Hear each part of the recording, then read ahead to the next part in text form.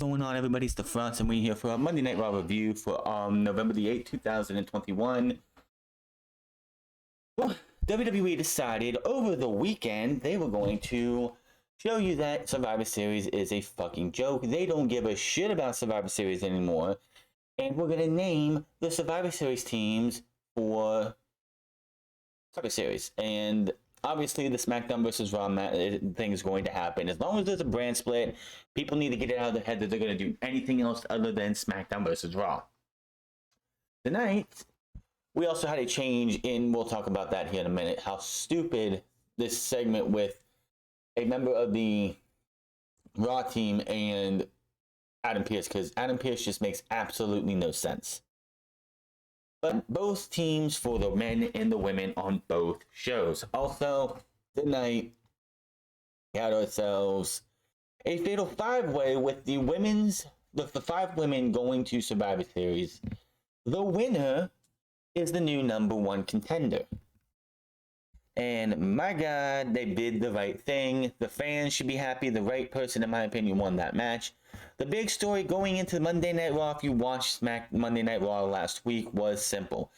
Is Kevin Owens going to turn heel? Did Seth Rollins set off what will eventually become Kevin Owens being a massive heel? That's exactly what it was tonight. They were continuing that on because Kevin Owens would take on Seth Rollins, because Kevin Owens spent a lot of tonight trying to find people that he, quote unquote, gave a damn about and cared about because he looked up to them or whatever else, and he was going to ask them if they believed him when he told Biggie last week that I did not mean anything by what happened with Seth Rollins trying to help me win the match. I took it. He apologized over and over and over and over. Biggie wasn't hearing it, and he just said, "Boom, I'm at it. I'm fucking you up. I'm hitting you with the big ending, and I'm moving on." So yeah, Biggie, that was a big thing for Kevin Owens tonight.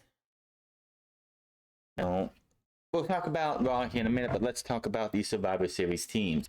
Okay, here we go. Speaking of Survivor Series, we had Seth Rollins for the men's team. Seth Rollins, Finn Balor, Kevin Owens, Rey Mysterio, and Dominic Mysterio for Raw. Which, again, why is Dominic Mysterio even on this team? This makes absolutely no sense. There's one name missing from the Raw team that makes no sense. Also, the fact that up until tonight, this entire team, just a month ago, when they did the fucking draft, were all on SmackDown. I'm supposed to believe every one of these guys are waving the red flag because they're on Monday Night Raw right now. Again, they were on SmackDown a month ago. So I'm supposed to believe that they're all bleeding blue. Red. Monday Night Raw. SmackDown. You have Drew McIntyre, Jeff Hardy, King Woods, Sami Zayn, and Baron Corbin with Madcap Moss. Again, it's not as bad on SmackDown because they have at least two guys who were on SmackDown from the get-go. But Drew, Jeff, and Woods were all on Raw in October. So exactly why are we getting this? It makes no fucking sense how dumb. It just makes WWE look fucking stupid. This is why the draft needs to happen not the night after WrestleMania. That'd be stupid. But I would say the Friday after WrestleMania and the Monday after that should be when the draft happens. So when we get the Survivor Series, the draft takes place the Friday after WrestleMania and the Monday after that, and the draft changes take effect as soon as Monday Night Raw is off the air. As soon as that episode of Monday Night Raw is off the air, the draft stays where it should be, where you have months, not weeks, of these talents. All of Monday Night Raw has been on SmackDown up until the draft. If you would have had the draft at WrestleMania time, then when we get to Survivor Series, you're not saying, well, these guys were just on SmackDown less than a month ago, and here they are now, and I'm supposed to believe that they are Team Red. Look at half a third of SmackDown. They were on Raw 2 weeks ago, 3 weeks ago, 4 weeks ago, I'm supposed to believe now they're all pro blue. Let's look at the women's. Bianca Belair, one half of the women's tag team champions, Rhea Ripley, Liv Morgan, Carmella, and Zelina Vega for the Raw side. Again, Liv Morgan, Carmella, Zelina Vega, and Bianca Belair were all on SmackDown before the draft. So I'm supposed to think that all four of these women are waving the red flag? Like, what? And on the SmackDown side, Sasha Banks, Shotzi Blackheart, Natalya, Aaliyah, and Shayna Baszler. Aaliyah was in NXT, MIA for months, and Shayna Baszler was on Monday Night Raw. I'm supposed to believe, like, it just makes no fucking sense. Why you have the draft in October? It just is so stupid. Yes, like, even the original draft that they did for the brand split took place in June or July. Even like the Superstar Shakeups, when they were doing that garbage, that shit happened near WrestleMania. So when you got the Survivor Series, the teams that you have been on Monday Night Raw or SmackDown for at least a few months, so we can at least believe that they are like waving the red or blue flag. Absolutely just no care in the world. And what the fuck is Toni Storm? Why is Aaliyah on this team? Toni Storm is more charismatic, is way better in the ring, was a former NXT UK Women's Champion, had one, maybe two matches on SmackDown, then disappeared, came back, lost quickly in the Queen's Crown tournament to, Zelina Vega, and has disappeared again. Couldn't even be put on the Survivor Series team over an Aaliyah. Holy shit. How that woman wasn't released in the last round of cuts is beyond me, because obviously they've given up on Toni Storm, and it fucking sucks. Toni Storm deserves better than what she's getting from WWE. That leads us to Monday Night Raw. This show sucks. I wasn't the only one to say it. Last week's Monday Night Raw wasn't bad. We had good wrestling. We had a show for 3 hours that actually seemed to flow very well. It was actually, out of all the WWE shows last week, it was the best show of the week, and that is saying something. SmackDown with Roman Reigns was just like, if you don't have Roman Reigns on SmackDown, it sucks, and it's the only thing that really mattered. Everything else on that show was fucking terrible, outside of maybe Drew and Ricochet. Everything else you could have skipped and missed. Monday Night Raw was like, wow, they actually put effort in this show. Nope, back to square one, we can't, like, the community, like the wrestling community, the IWC, the YWC, whatever community you're part of, we can't give them praise for anything, because they're just gonna go out there and lay us a damn egg again, and it's not a good egg at all. This show fucking sucked. With Biggie, we see what happened between Biggie and Kevin Owens last week, and of course Kevin Owens apologizing that he didn't mean anything when he tried to take advantage of what Seth Rollins did for him last week. We get Seth Rollins come in the ring, and I have no fucking idea what this guy was wearing. It was a blue, like, I think he was supposed to come out and try and be like a Rocky, like, inspired. I have no idea, but he came out in this blue jacket, like, the crowd was chanting, "You look stupid," because he definitely looked fucking stupid. I don't know who's picking out this shit for him, but my God, it's absolutely terrible. He's still carrying the number one contender's contract, goes on with a grand introduction for himself, and says he is our next WWE champion. Rollins says he's going to come out there and tell us how he plans to lead the team to a glorious victory over those bums team SmackDown at Survivor Series. Big fans, the big Lou looks stupid chant from the fans. He says these morons in Louisville know nothing about fashion. No, sir, that is you, because you look stupid. Rollins says, based on what we just saw to open the show, we need to find out tonight who exactly is Kevin Owens. Is he the prize fighter, the hero, the man who will do anything to put his body on the line in the ring for the WWE Universe, or is he a snake, a gutless, spineless coward? Is Kevin Owens a liar? What do you guys think? The boos get louder. He laughs, talks about how he and Owens go way back in this industry. They probably slept on the floor together at a place that's close to here. But as he said, but Rollins says, for as long as he's known Owens, there's been one thing you can count on, and with him, that is he will stab you in the back any chance he has. He says, how about we ask some of his old buddies like Sami Zayn? That didn't work out for him, did it? How about the New Day? Because Owens is as low as it gets and cannot be trusted as far as he can be thrown, and that's not very far at all. Rollins says tonight when he beats Owens in the middle of the ring, not only will he be the biggest liar in the world, he will be the biggest loser in the world. Out comes Kevin Owens to a pop. He gets to the ring, but Rollins retreats to the floor. He chases him around and back in. They go to brawl, but Owens rocks Rollins early and sends him to the floor. Owens falls and goes for an apron powerbomb, but Rollins escapes. Runs away up the ramp and fans boo. Owens yells at Rollins to come back in the ring, throwing the contract at him. He sees as Rollins heads to the back. That would be your main event tonight, and the ending, in my opinion, was absolutely fucking pathetic. Are you kidding me? You stupid, dumbass motherfuckers. Are you kidding me? We'll talk about that when we get to it. So we saw what happened with Omos utterly destroying the Street Profits, utterly destroying Cedric Alexander and Shelton Benjamin, and then Matt Riddle becoming a fucking idiot and going after Omos and attacking him. Why he did that? Because he doesn't have a brain, man. He doesn't have a brain. WWE, if you're gonna listen to me for one thing, don't let Matt Riddle talk. Let Randy Orton do all the talking. I enjoy Matt Riddle in the ring.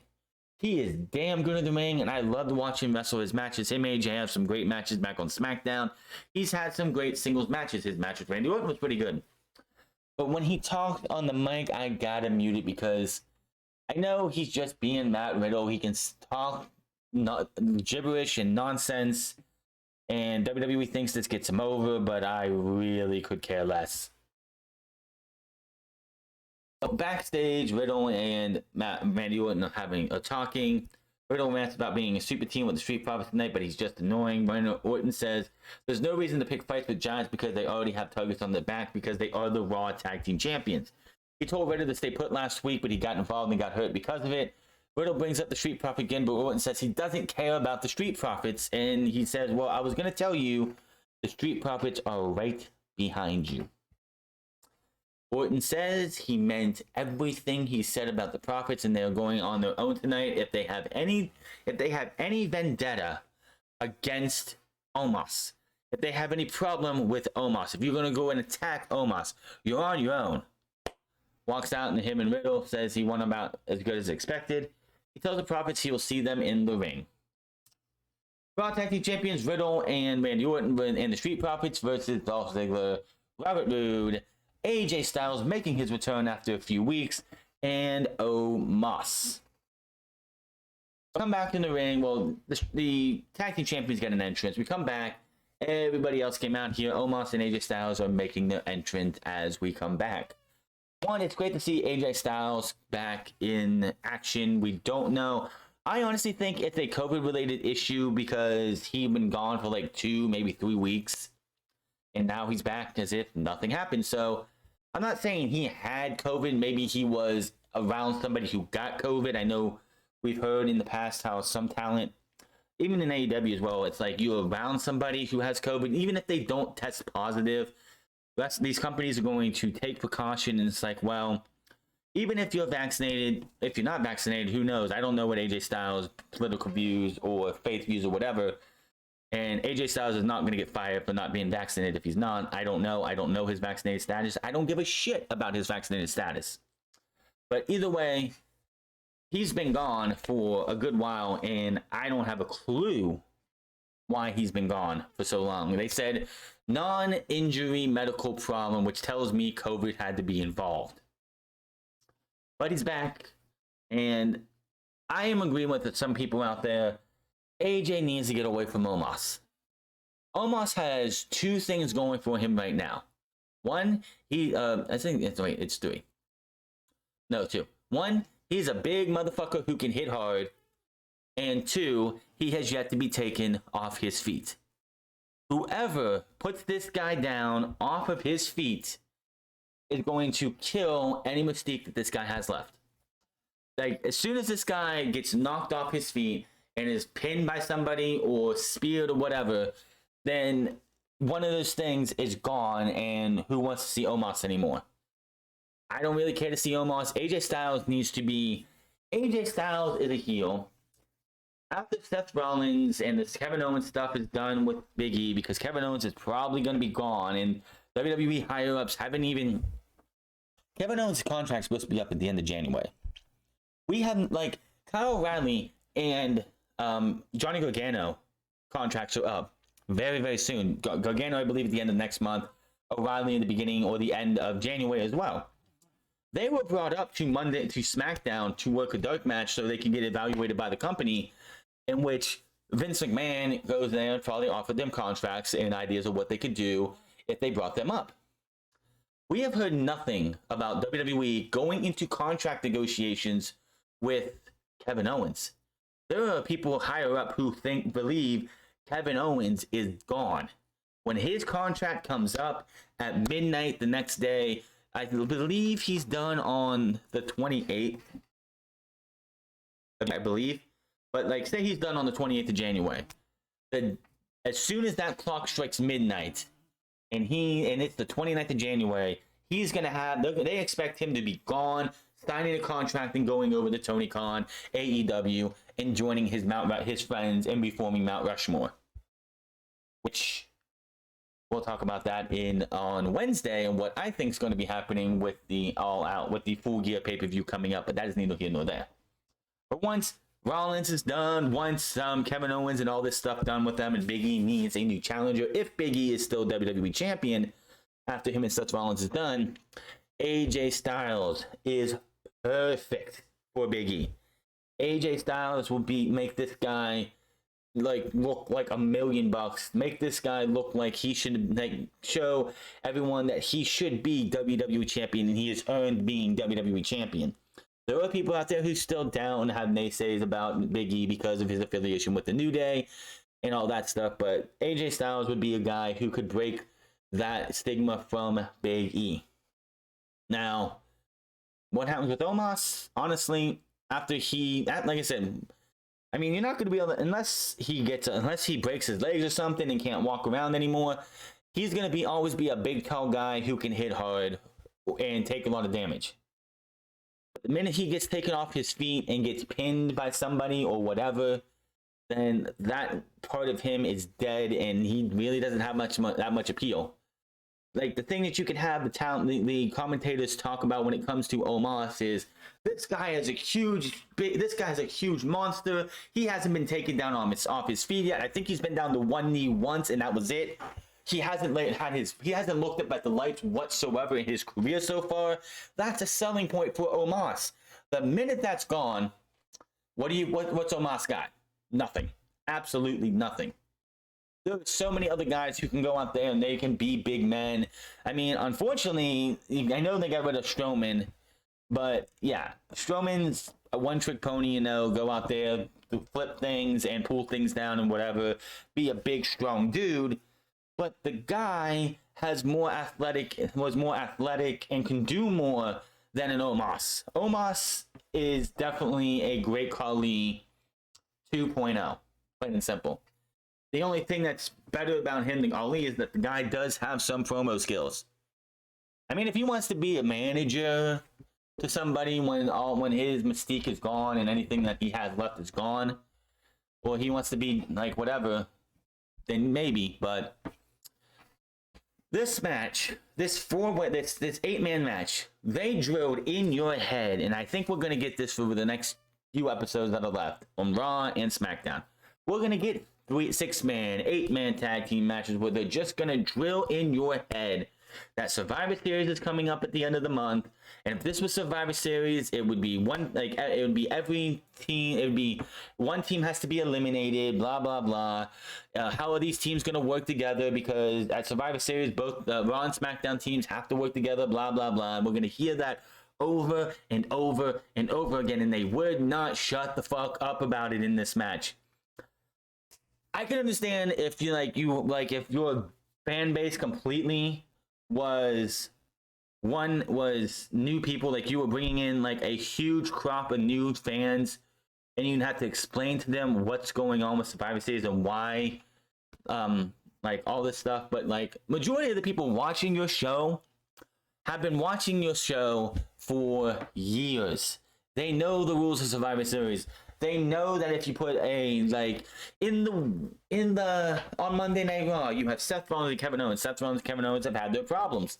How are they going to coexist? We get that. We don't have to be drilled from other matches like this that felt so uninspired and just it's 8 guys. It's 7 guys in Omos. 7 guys out there who can kick ass in any match they're in. Fine. I am fine with that. They can go out there and give you a damn good match. And then you have Omos who can go out there, take as much damage as he wants, look bulletproof, sound bulletproof, be bulletproof, and, pick someone up and slam him down if he has to. What does this match here have to do with the Survivor Series? None of these guys are even in the Survivor Series match, right? Right. Yeah. We're getting Usos versus RK Bro. That should be a hell of a match. We're getting Damian Priest versus Shinsuke Nakamura. That match should be a barn burner if you give them the match time that they should have. It is a pay-per-view show. I can expect 15 minutes for those guys. That would be great. Charlotte versus Becky. I'm over that. I wish Bianca Belair and Sasha Banks would have won those their respective titles, because I would much rather see that match again, because we've only seen it once. It's not like we've seen Becky and Charlotte for Charlotte 9000 for an entire year a couple years ago. But Becky versus Sasha and Bianca, we've seen one time. Oh yeah, one time. What would have been the harm of having us see it again and give us that Survivor SummerSlam match we were supposed to get back at SummerSlam, but we didn't. But WWE has to be like, well, no, this is the bigger name. I understand they want to try and give SummerSlam some big time matches, but how could you go wrong with Bianca versus Banks 2? A match we were supposed to get at SummerSlam and we didn't.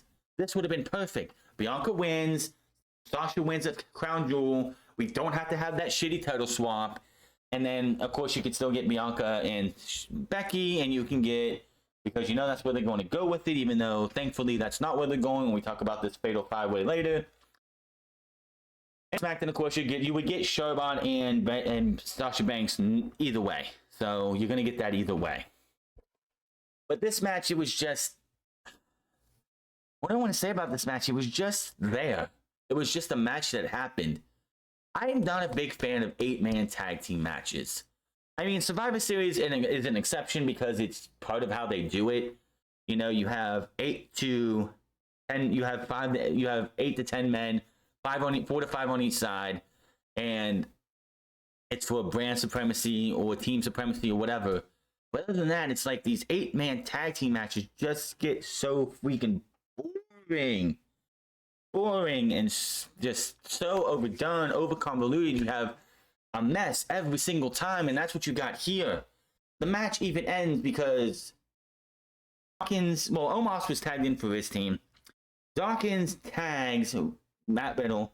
Andy Orton's trying to not get Matt Riddle to go in there and pretty much get killed. Riddle goes in there and starts attacking Omos, and Omos is just shaking him off, taking the shot, shaking him off. To eventually he picks him up and powerbombs him down. AJ gets back on the rope, on the apron, and he wants to tag. He's like, I like this look. I'm gonna tag him in. I'm gonna hit the 450, and I'm gonna pin this guy.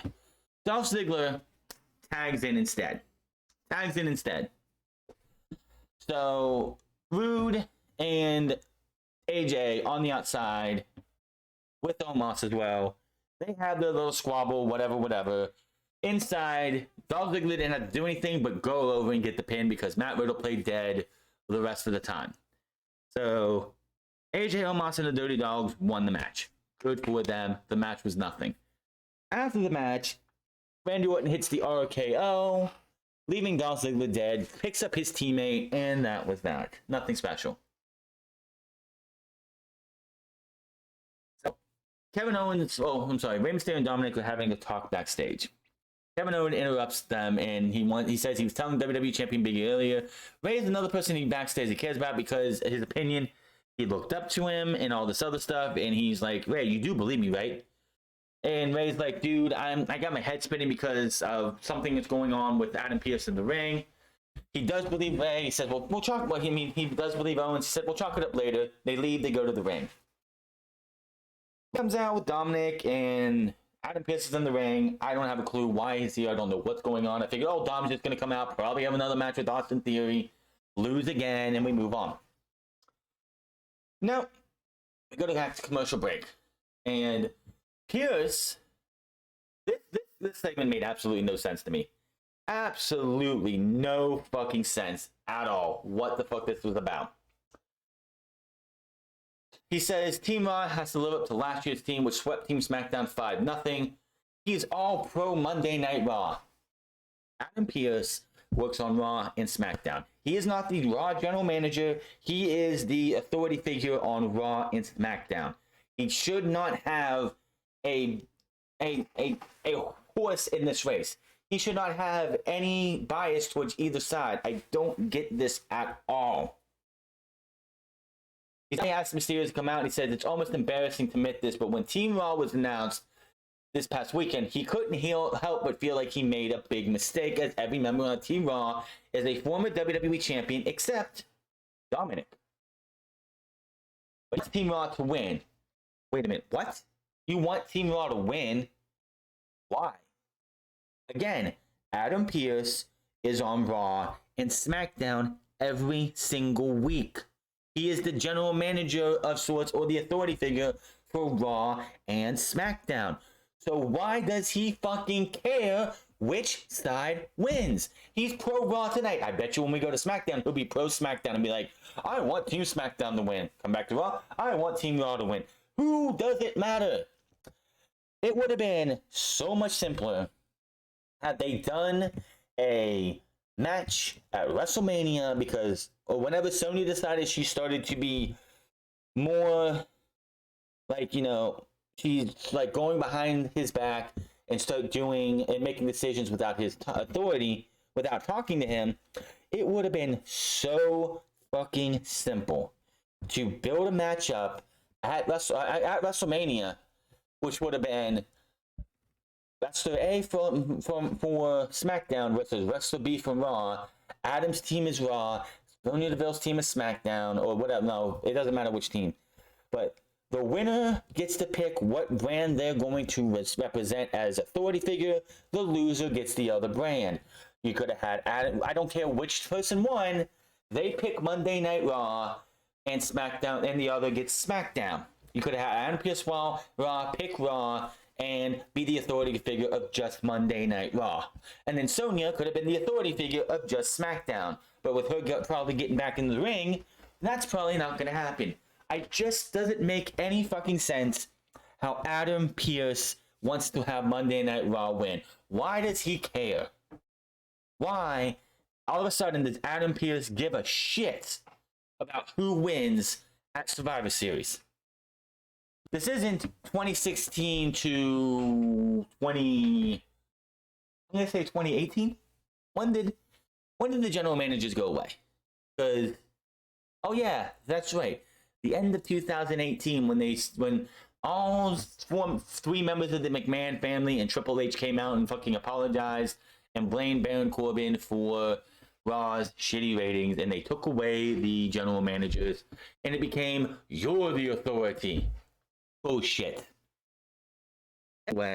Anyway, here we go. Again, I don't understand why Pearce cares. But apparently, Pearce was the one to make the decision of who is on these teams.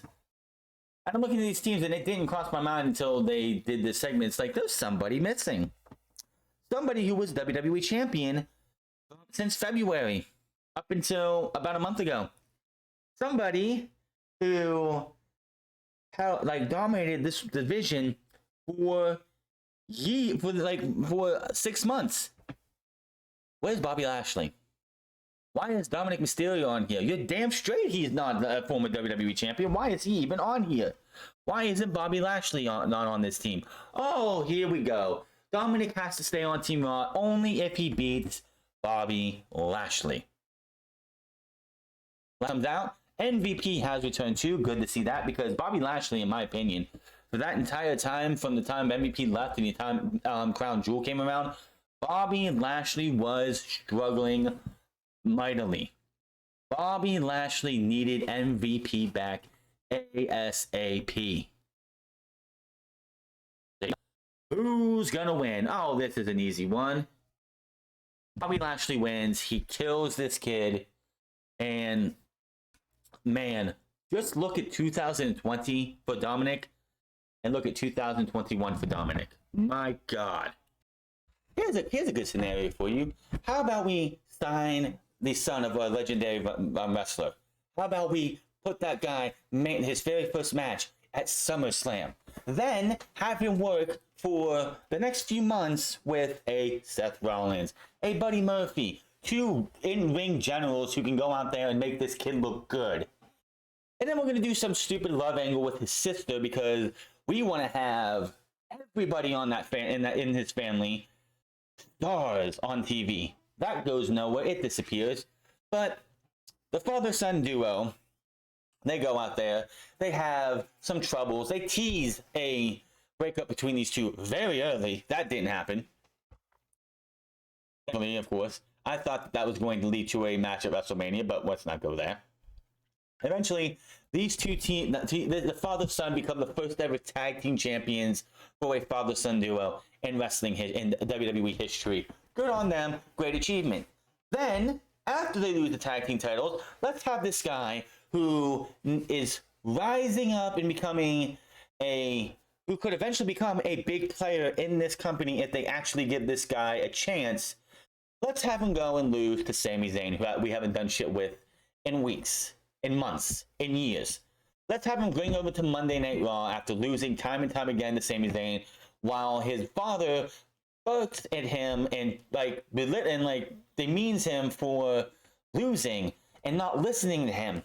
We're going to have him come over and he's going to lose to Austin Theory. And he's going to lose to Austin Theory. And then we're going to put him in his biggest match in his career since his debut. Because, let's face it, the tag team title reign was mid at best. We're going to have him go out there and we're going to announce he's on the Survivor Series team with his father. And we're going to give this guy a chance to go out there and rub shoulders with a Seth Rollins, with a Finn Balor, with a Baron Corbin, which, yeah, okay, whatever. A Jeff Hardy, a Drew McIntyre. We're going to give this guy a big spot on a big stage to show the fans what he can do. On top of that, his first match in front of fans was with Edge and his father against Roman Reigns and the Bloodline. How could you not set this kid up for prosperity later in his career? But then we get to that announcement for the Survivor Series. We put him on there, and we get to the next 2 days later on Monday, and what do? We go out there and we kill this kid. We kill this kid. And beat him up so badly that why should anybody care about this kid? We fired Keith Lee and we fired Karrion Kross. Two guys who were who should have been set up to be future WWE champions and be in the top title picture by WrestleMania 39 next year. Or 38, whatever number we're on, 38. Do you really think that's Dominic's year, almost 2 years, a year and a half on the main roster? This kid should have been put in NXT. He should have been teamed up with Legado del Fantasma and be their underling, be their young boy. Learn from Phantasmas, from Joaquin Wilde, from Raul Mendoza, from Escobar. Learn from those guys. Hone his skills going up against a Johnny Gargano, a Keith Lee at the time when he was still down there, a Eli Drake, aka LA Knight, a Tommaso Ciampa. Hell, have him go up against a Braun Breaker. Have him go up against a Von Wagner, which, what the fuck is that? Have him go up against an Adam Cole before Adam Cole leaves. Have this guy go up against the best of the best in NXT. Then you bring him up to SummerSlam this year. Have him and his father become tag team champions. Have this kid set up for the future. Right now, I don't think anybody should give a shit about Dominic because obviously they have given up on him. I don't see anything good coming out of WWE for Dominic anytime soon. Another thing, and Rey Mysterio pointed this thing out too when they went to the trainer's room later. If Adam Pearce wanted Bobby Lashley on the Survivor Series team instead of Dominic, why didn't you put him there in the first fucking place? Did somebody forget that Bobby Lashley was WWE champion for majority of this year? I don't understand how you could fuck this up that fucking badly. But they did. And again, no, Dominic there should have been no reason for Dominic to be in the match. You're going to have, they said Happy Corbin with Madcap Moss. So Madcap's probably going to be out there. Dominic should have been out there too, in the corner of his father. That's what Dominic should have been. Out there, watching from the sideline, watching, and maybe next year at Survivor Series, Dominic could be on the team. The dude, Dominic has all the potential in the world to be a star in professional wrestling, but he's not going to be that in WWE. If Rey Mysterio was to retire tomorrow, I would give Dominic 2 weeks before he's in catering or he's chasing for the 24/7 championship. That's all I got to say about that. On here. Biggie had words with the Alpha Academy backstage last week. Otis is showing warming up with Gable now as Seth Rollins approaches. Rollins hypes Gable up for the night's match and then asks him what they think about Kevin Owens' situation. Wrong, Owens is scum, right? Gable says Rollins has come to the right place. Gable brags about his recent Full Sail graduation, his GPA. Congratulations, you told us that last week. Move on. They rag on the Green Bay Packers quarterback Aaron Rodgers and Big E, and Gable says he is handing out free lessons tonight, courtesy of Alpha Academy. Rollins and Gable are on the same page as Alpha Academy walks off. We go to that match, champion Big E versus Chad Gable, which this was probably the match of the night, best part of the show. I mean, yes, you got Seth Rollins and Big E and Kevin Owens having like a big, long match that just ended in a downer in the stupidest way possible. But if you're going to talk about matches that probably were the best part of the show, it would be this, absolutely. Just Chad Gable being able to hit a chaos theory on Big E is just feeding of itself. Chad Gable's one of those guys that if they were to release Otis, I wouldn't be surprised. They're not going to do shit with these guys. They're a tag team. They have made them a tag team. And what have they done with this tag team since they put the Alpha Academy together? Otis shaved his beard, shaved his hair, and they haven't had what? They haven't had one tag team title opportunity? It makes no sense how these two guys have not had a tag team title match or even been in running for the tag team titles. I think they were in a number one contenders match or gauntlet or something. But that's it. They have done nothing with this team. Otis and Chad Gable, yes, of course, when they first got together, it's like, really? Why these two? Otis, of course, they gave up on Otis as a single star when he lost the Money in the Bank briefcase. And, well, they gave up on Otis when Mandy Rose was shipped off the Monday Night Raw and he was still on SmackDown. They were done with that entire thing. That was also another relationship thing that went... It got its climactic end in a gymnasium, which fucking sucks. But, and hey, there's the breaks. It sucks. It absolutely sucks, but they did nothing with it after a few months. Sent Mandy Rose to SmackDown. Kept Otis on sent Mandy Rose to Raw. Kept Otis on SmackDown. Sent Tucker to Raw. Turned on Otis. They couldn't even have a fucking match, which is fucking stupid. And then fucking Tucker was one of the victims of mass releases last year. And here we are in 2021, and Otis and Chad Gable are a pretty good-looking tag team and work pretty well together, and they're not doing anything. Why is Chad Gable wrestling the WWE champion? These guys should have been a part of that 8-man tag team match tonight, where you have pretty much the three top contending tag teams for Team RK Bro, and the Alpha Academy is not one of them. Why was Team RK Bro even in this match?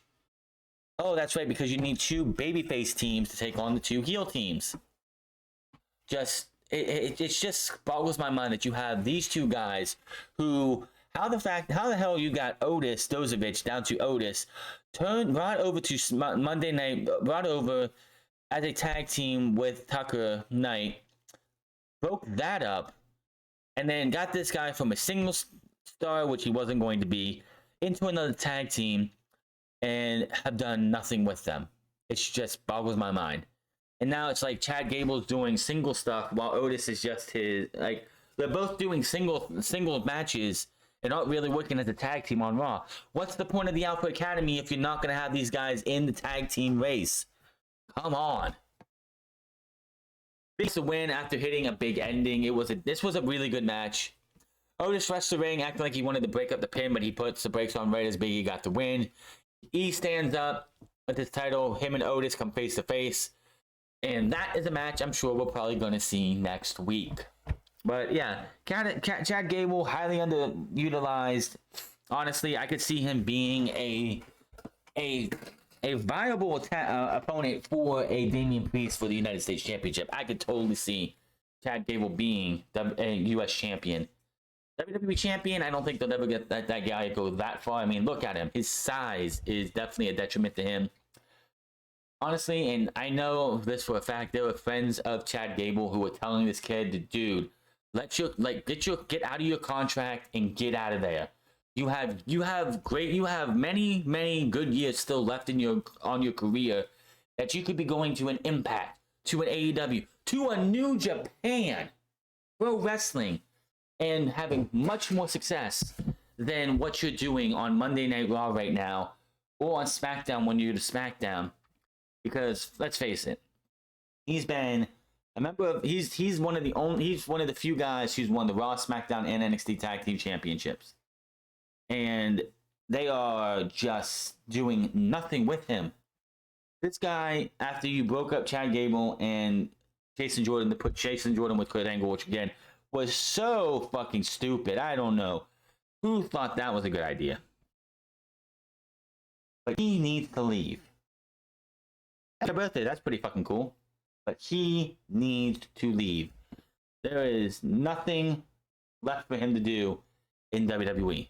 If they're not going to put these two in the running for the tag team titles, he's done everything that he can do. They're never going to put him in the title, a WWE or US title picture. They didn't give him an Intercontinental title run, which he should have gotten when he was on SmackDown. Instead, they had him be Shorty G for the longest time, which he was that name for an entire fucking year until he finally said, you know what, I'm done with this. I want to be Chad Gable again.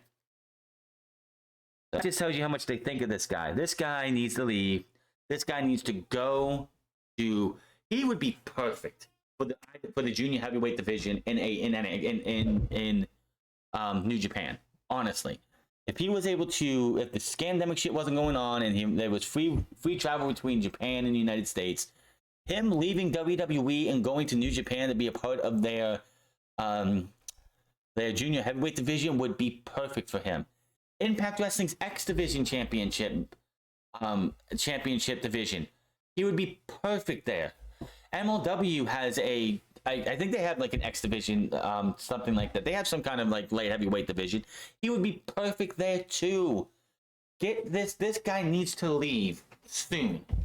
because there's no reason that a guy this good should be wasting his good years in a place like WWE where we know their etiquette. You have to be like tall. You have to be like Roman Reigns, Baron Corbin, hell, even Omos tall. AJ Styles is not going anywhere because AJ Styles is just that fucking good and is good, and just they invested so much in AJ Styles, they're not going to cut his legs off because they can't cut his legs off. He's just that damn good. Kevin Owens backstage talking with R-Truth. He's fucking like R-Truth becomes very fucking about different conspiracy theories from Bigfoot to aliens and a bunch of other shit, which I do not care. I remember when R-Truth was Raw and the Truth Killings in Impact Wrestling and was a serious fucking competitor. He was serious when he came to WWE back in, what was it, 2007?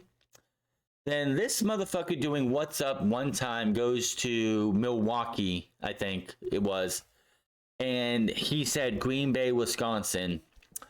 Fucking Michael Cole was laughing about it. Vince McMahon in the back, of course, was probably laughing about it, and he's like, "This dude is funny. We gotta make him the joke, the clown, the class clown of WWE."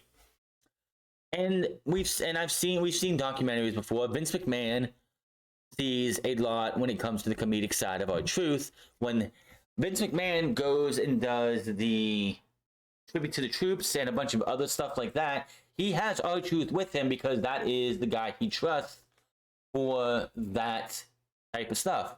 Who can go out there and make anybody laugh. Someone's having going to these hospitals and stuff where these troops are laid up because of injuries and everything. R-Truth is brought in to help with that. Truth is these tribute to troops is coming up.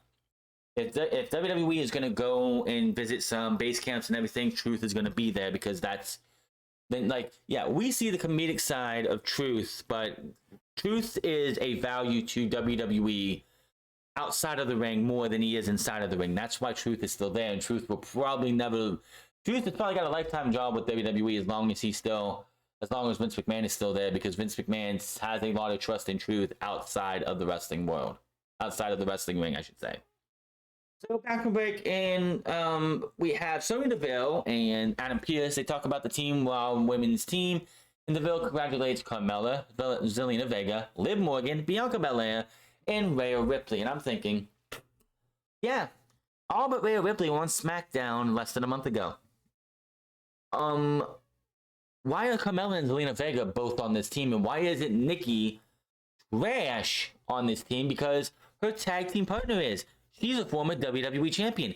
Why is I want to say why is Liv Morgan on this team, but the reason why Liv Morgan's on this team because Liv Morgan is going to become your new number one contender to the Raw Women's Championship, as she should be, and it's time to get new blood in there. But it's you couldn't have put Nikki on there. You couldn't have put somebody who took offense to this is Piper Niven. She brings up an excellent point. Why is Bianca on there outside of the fact that Bianca is a former NXT Women's Champion, SmackDown Women's Champion, and held that title from WrestleMania to SummerSlam, which is usually what you do if you win a championship at WrestleMania. You usually hold it to SummerSlam, and if you don't hold the SummerSlam, then WWE gave up on you way too early. Either way, and this does not sit well with Piper Niven. Everyone starts arguing. It gets announced that there's going to be a fatal five-way between the 5 women on Raw team. And the winner becomes the number one contender to Becky Lynch. Now, Dana Brooke was back there too. And Dana Brooke is like, "Hi, Mom, I'm very offended that I didn't get out on this team." And she's like, "I've been overlooked by more than anybody, blah, blah, blah." Bitch, you're no good. You are you have no value whatsoever for the Raw Women's Division. There's a reason that you've been, quote unquote, overlooked, because they've given you chance after chance after chance to go out there and show us what you can do, and you have fallen flat every single fucking time.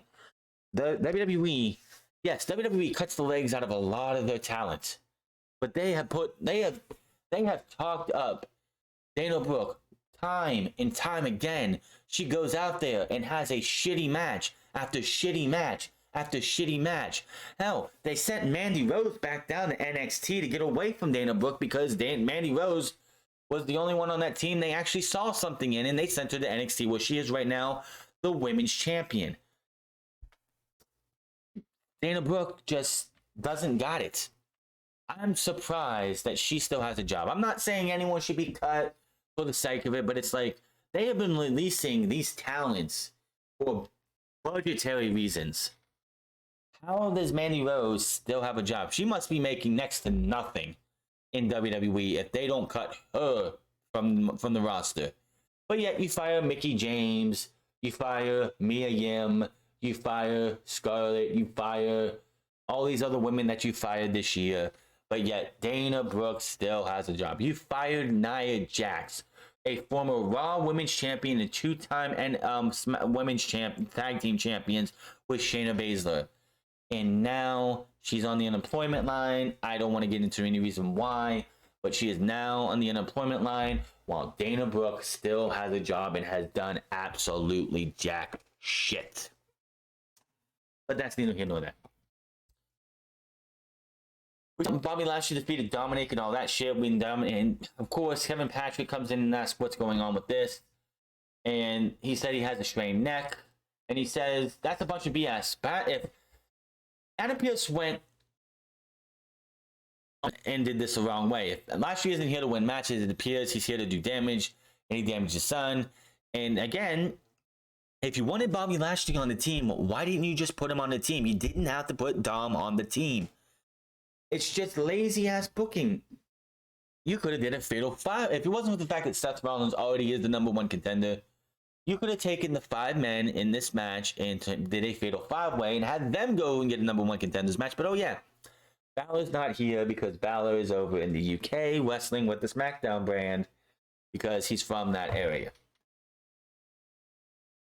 Of course, while Rey Mysterio is looking after his son, Austin Theory comes in, gets a selfie, and walks off without anybody noticing. And then we get the lowest of the lows, the dragging Monday Night Raw through the shitter in the mud, as Drake Maverick takes on Reggie for the 24/7 championship. It's not even the match that's the fucking problem.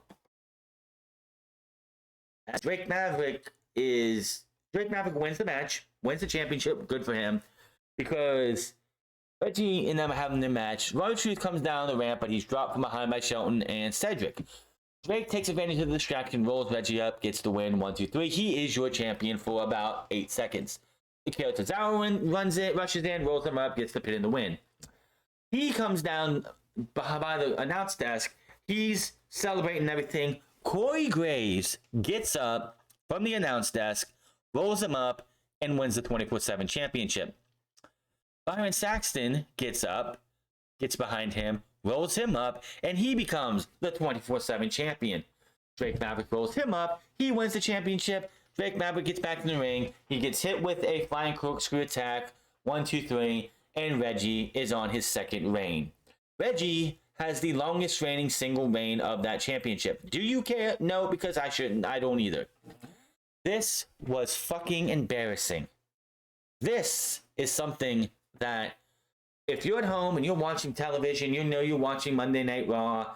If you hear and one of your buds comes over, you're looking for the remote because you want to change the channel because you don't want to have your friends see you watch this shit.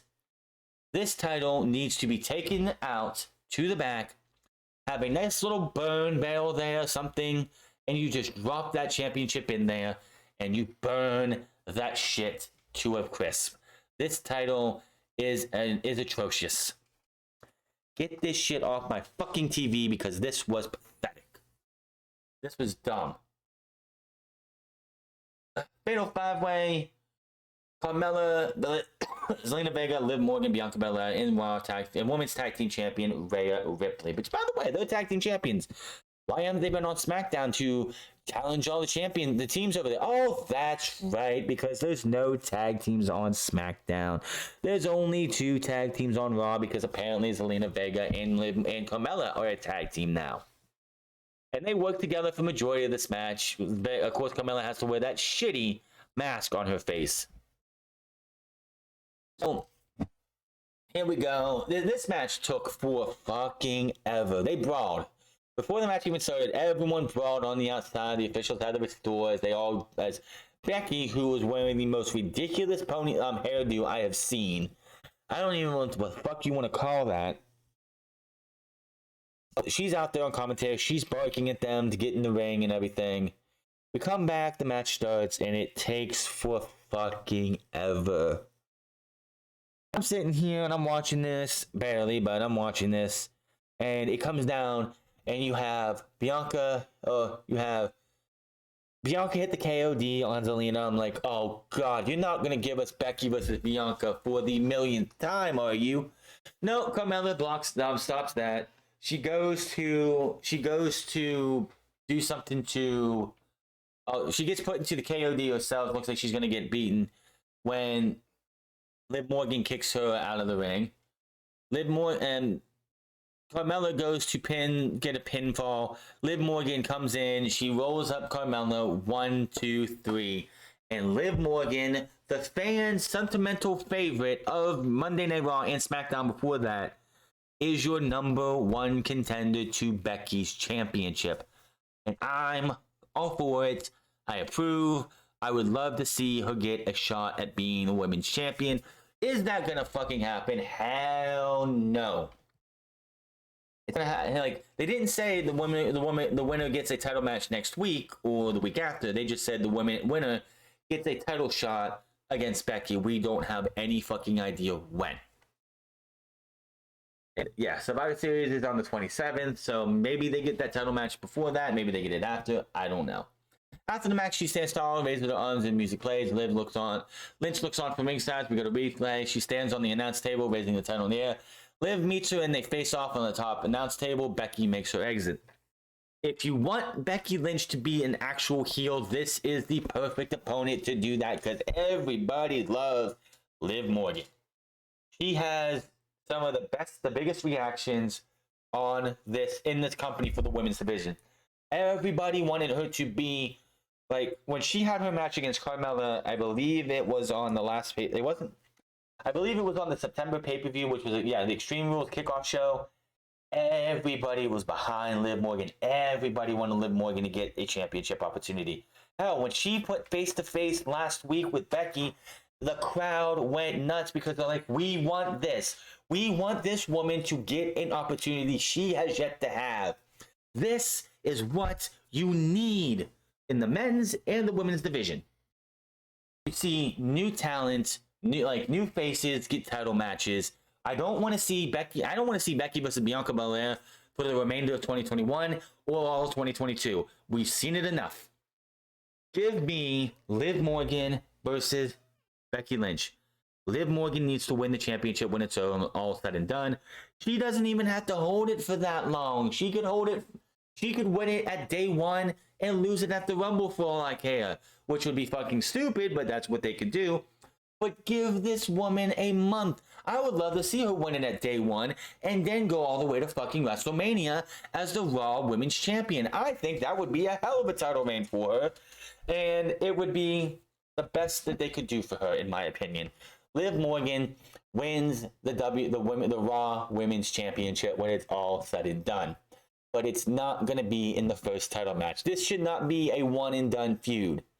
I mean, you gave Bianca Belair every fucking title opportunity under the goddamn sun on SmackDown, and you gave her a Raw Women's Championship match and a SmackDown Women's Championship match in the same fucking week. Now, how this got prevented, how Liv Morgan was able to win, was simple. Piper Niven came out. And she prevented Belair from winning this number one contendership. Thank goodness. I was like, thank you, Piper. Thank you, Piper.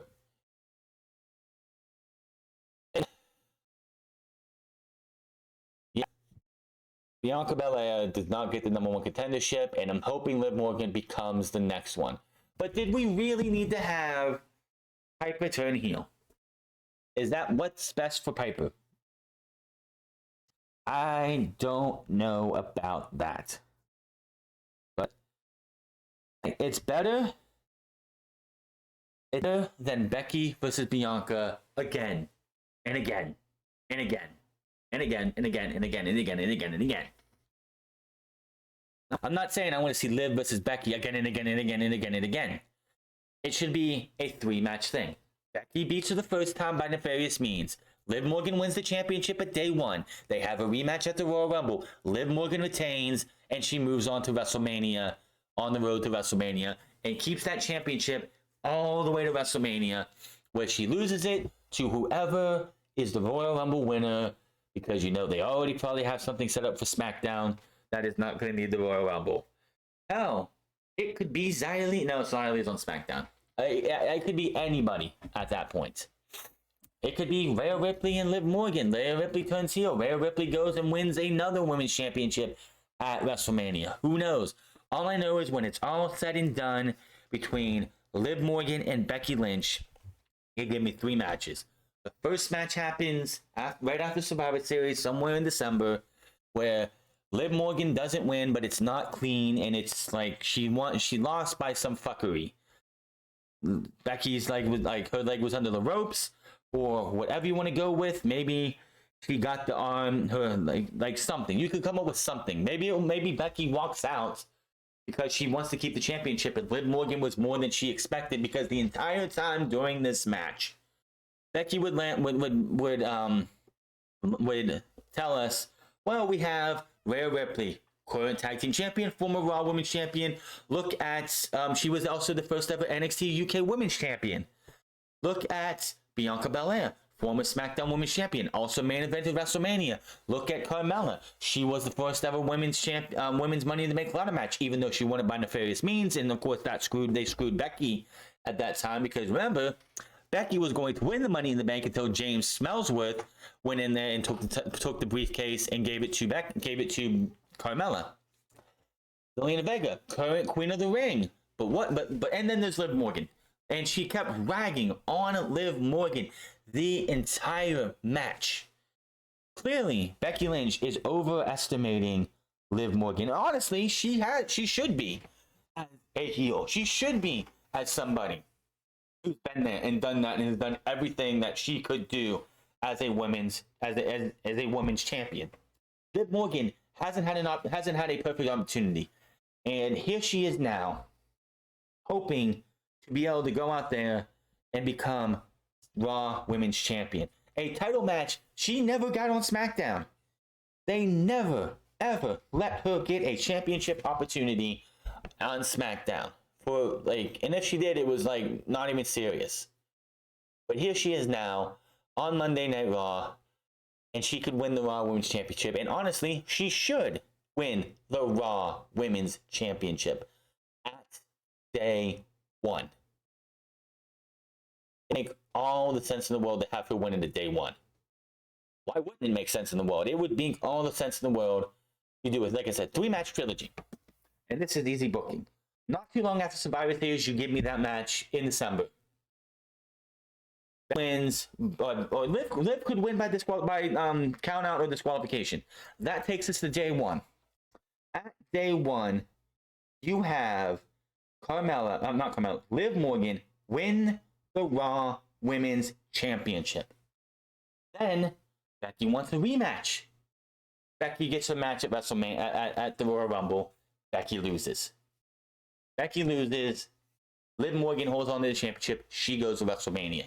Hell, if you want to pull what you did when Becky Lynch won the Royal Rumble in 2019, have Becky go into the Rumble after losing the title match, win it again, challenge Liv at WrestleMania, and then you have Becky winning again. But that would be stupid. I don't know who would win the Rumble at this time. I'd actually have to see who's in it, because they don't have 30 women on the main roster. It's like either Rhea Ripley, about 9,000 if she loses the championship between them. Sasha Banks would be a perfect person to win the Royal Rumble. If Becky Lynch loses the Raw Women's Championship, could win it again, which, again, sucks. Bayley's not going to be back in time, if I'm correct. I don't think she'll be back in time to win the Royal Rumble, which, funnily enough, it could be Sasha Banks wins it this year, Bayley wins it in 2023, and there you go. The 4 horsewomen have all won the Royal Rumble. I think that's going to happen eventually. So yeah, I think Sasha Banks will probably win the Royal Rumble. Then she'll probably pick SmackDown. If she's not SmackDown Women's Champion by then, she's probably going to pick the SmackDown Women's Championship, and then they'll find a way to get us a championship contender for WrestleMania for Monday Night Raw. But Liv Morgan should be the champion going into WrestleMania. No ifs, ands, or buts about it. That's all I got to say about that. So, good on Liv. I really hope between now and the Royal Rumble, she wins the Raw Women's Championship. It should not be the first time, because Becky can gloat and Becky can pick on him. It's like you were way in over your head or something. I'm still champion, and just they could think of a way that Becky could pick on Liv and still keep Liv in the title picture and have Liv eventually win the championship, because Becky, the entire match, didn't see Liv Morgan as even standing a chance to beat her, and even be in the title match. And here she is going for the title. It's got to happen. Seth Rollins approaches Biggie backstage, coming in peace and not looking for any trouble as he has a match coming up. He says there's no way Biggie or anyone else can believe what comes out of Kevin Owens' mouth. Rollins says it's much better to trust the devil he knows instead of the one he doesn't. Biggie doesn't trust Rollins or Owens, but he'll be sitting up ringside to make sure things go smooth, and he walks off. Here comes Biggie for commentary. We do find out it's going to be Biggie versus Roman Reigns in a traditional match. Good for them. That should be one hell of a barn burner.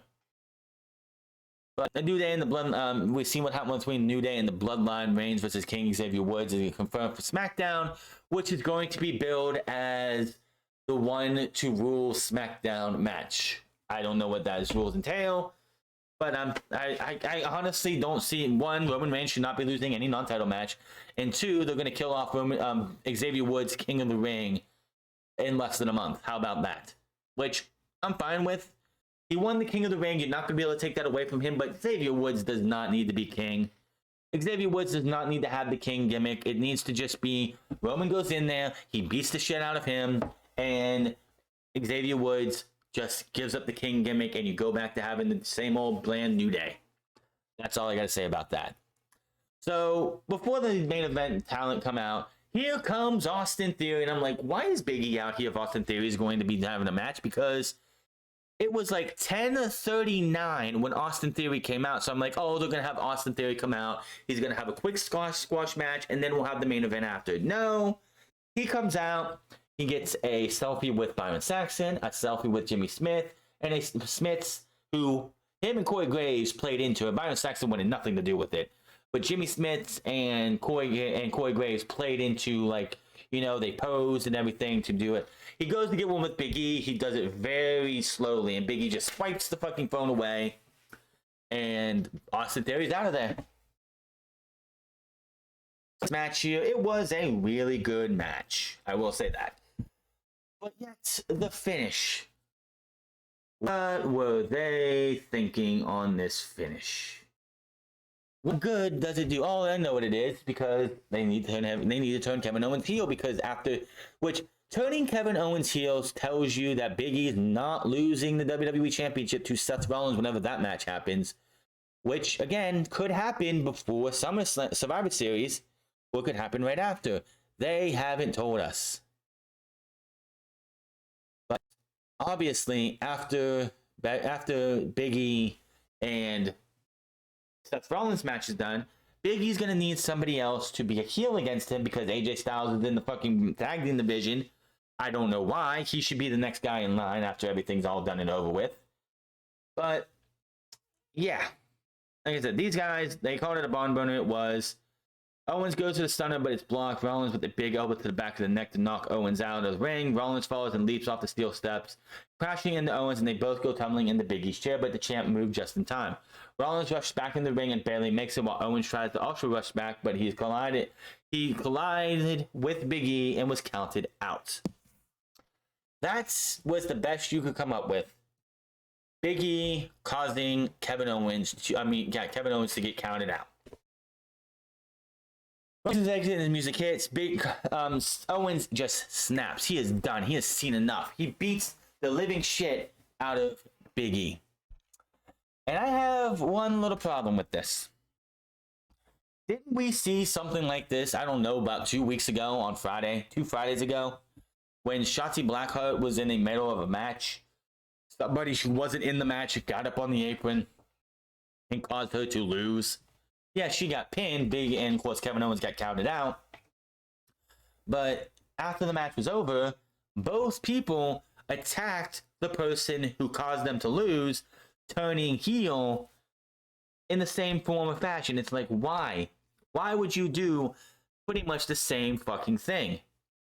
I mean, last week you had Kevin Owens, which if you place the referee right and have the referee checking on Kevin Owens, where Kevin Owens can't see where Biggie or Seth Rollins attacks Big E, then you would have made it so much easier for Kevin Owens to be like, I didn't see anything that happened. I thought that we collided heads. All I know is that you're on the mat and I'm going to take the pinfall attempt because you're sitting right there, looking like you're dead. But they didn't do that because they had to have Kevin Owens run around and find people he actually cares about, quote unquote, and ask them to believe him.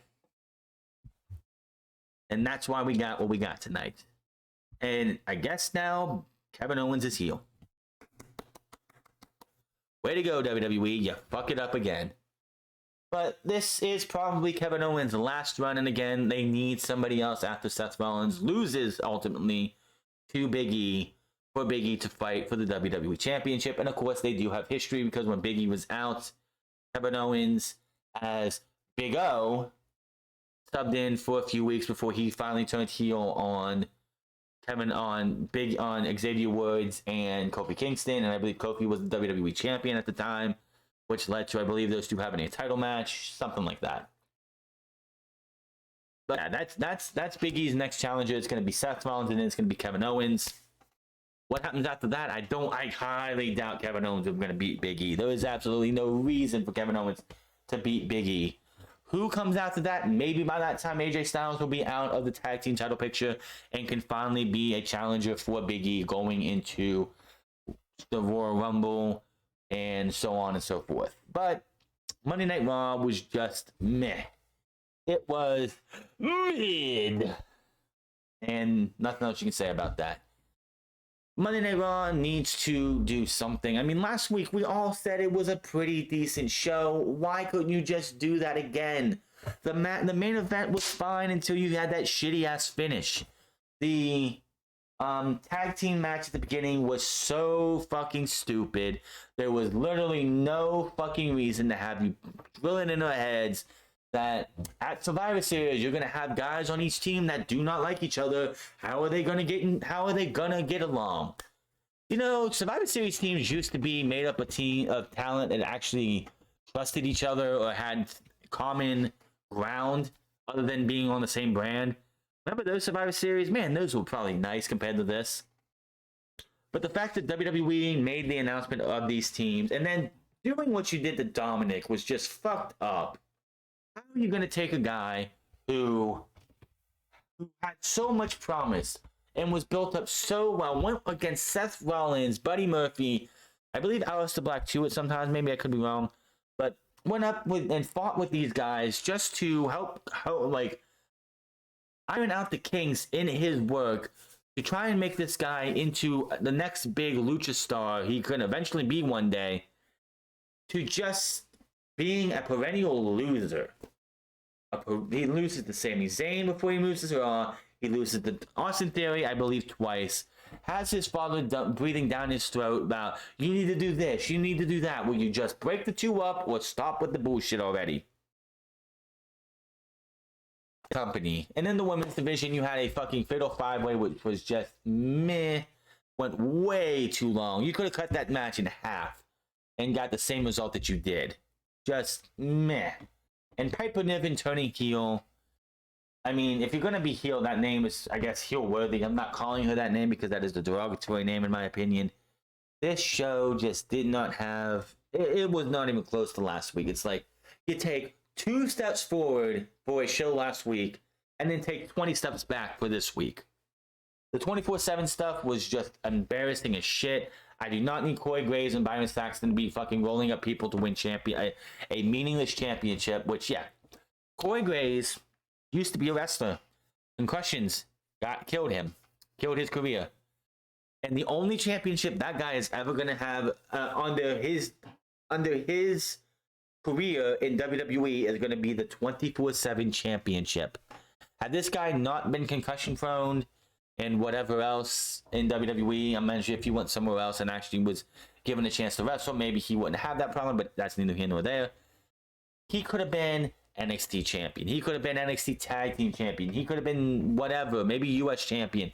Never going to find that out because Corey Graves gone. And now he is a commentator who will have 24/7 champion on his list of accolades. Man, that's got to suck. But Monday Night Raw sucked. We go from one good show to it sucks again. But that's it. Hit that subscribe button, comment down below, like or dislike this video. Find me on Minds at the France Club. Find me on twitch.tv/the France Club. And find me on Instagram at the France Club. And I will see you guys on Wednesday for the go home show and predictions for all Elite Wrestling's full gear. Until then, my name is France, and I'll see you guys later.